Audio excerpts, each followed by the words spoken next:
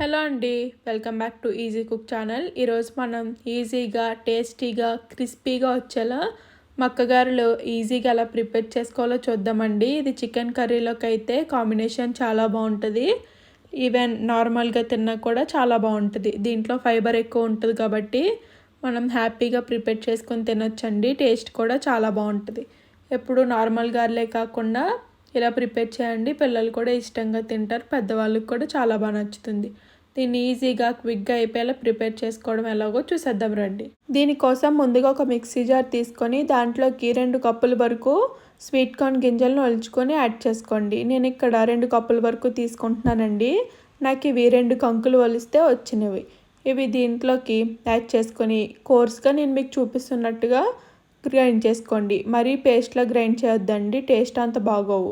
ఇలా గ్రైండ్ చేసుకున్న తర్వాత ఇదే మిక్సీ జార్లోకి మీడియం సైజు ఒక ఉల్లిపాయను, అలాగే మీకు కారానికి సరిపడా పచ్చిమిర్చిని కూడా తీసుకోండి.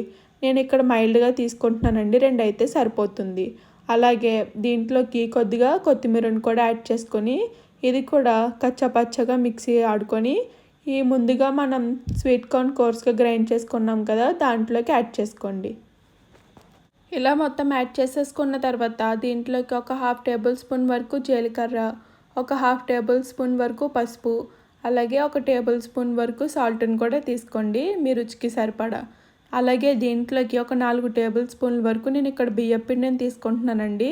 మీకు మొత్తం బియ్యపిండి తీసుకోవడం ఇష్టం లేకపోతే 2 టేబుల్ స్పూన్లు శనగపిండి, 2 టేబుల్ స్పూన్లు బియ్యపిండి కూడా తీసుకోవచ్చు. ఇప్పుడు ఇదంతా బాగా కలిసేలా కలుపుకోండి. ఇలా కలుపుతున్నప్పుడు నీళ్ళు ఏమీ యాడ్ చేయని అవసరం లేదండి. ఈ స్వీట్ కార్న్లో ఉన్న నీళ్ళతోనే కరెక్ట్గా సరిపోతుంది ఈ పిండికి.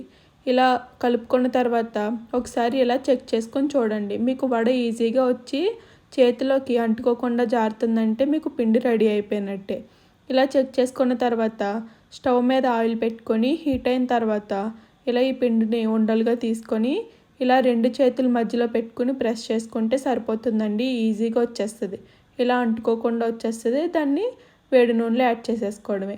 ఇలా వేసుకుంటున్నప్పుడు స్టవ్ను మీడియం ఫ్లేమ్లో పెట్టుకోండి. హై ఫ్లేమ్లో పెట్టుకుంటే పైన మాడిపోతుంది, లోపల పచ్చిగా ఉండిపోతుంది. అలా లేకుండా మీడియం ఫ్లేమ్లోకి పెట్టుకొని ఇలాగ ఎన్ని వడలు అయితే యాడ్ చేసుకుంటారో అన్నీ బాగా ఫ్రై చేసేసుకోండి. అంతేనండి, ఈజీగా టేస్టీగా ప్రిపేర్ చేసుకొని మక్కగారెలు చాలా క్విక్గా ప్రిపేర్ అయిపోతాయి. హెల్త్కి కూడా మంచిది, ఎక్కువ ఫైబర్ ఉంటుంది కాబట్టి. నెక్స్ట్ టైం వడలు ప్రిపేర్ చేసినప్పుడు ఈ విధంగా మక్కగారెలు ప్రిపేర్ చేయండి. చాలా ఈజీగా టేస్టీగా ఉంటాయి. సింపుల్ ప్రాసెస్లో చాలా టేస్టీగా ఉంటాయి. నెక్స్ట్ టైం తప్పకుండా ట్రై చేయండి, చాలా బాగుంటాయి. థ్యాంక్ యూ అండి. Thank you for watching and subscribe to my channel.